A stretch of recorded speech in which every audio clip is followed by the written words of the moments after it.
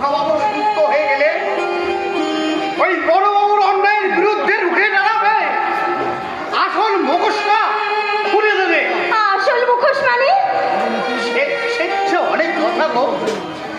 সব ছেলে আমি না জানার ভান করে এখানে পড়ে আছি শুধুমাত্র আমাদের এই খোকাবাবুকে বাঁচিয়ে রাখার জন্য। মাধবদা, তুমি?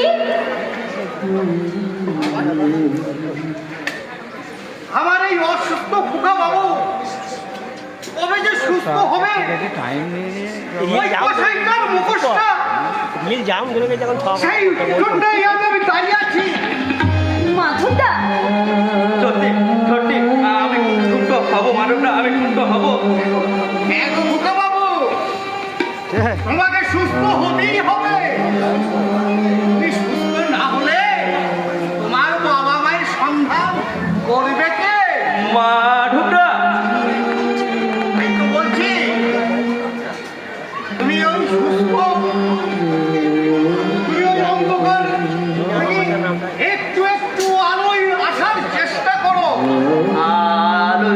আনন্দে আসবো। হ্যাঁ গো মাধবদা, তোমার চেষ্টা না থাকলে তুমি কোনোদিনই সুস্থ হয়ে উঠতে পারবে না। তোমাকে সুস্থ হতেই হবে, আর বুঝে নিতে হবে তোমার নিজের অধিকার। না না না, অধিকারের কথা বললে দাদা আমার ভীষণ মারবে। এই মেয়েটা, তুমি আমার লাট করলে হবে। থামো তো, থামো। সারা খেতে দিলে একেবারে শুতে চায়। অসুস্থ কাস্টমার বলে দুদিন একটু ভালোবেসে খাইয়ে দিয়েছি বলে একেবারে আমাকে রাজকন্যা করে পাগল করে দিচ্ছে।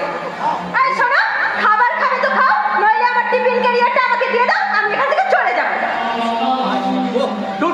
টুট্টু পার্টি মেয়ে বড়টা, তুমি আমাকে বকতো।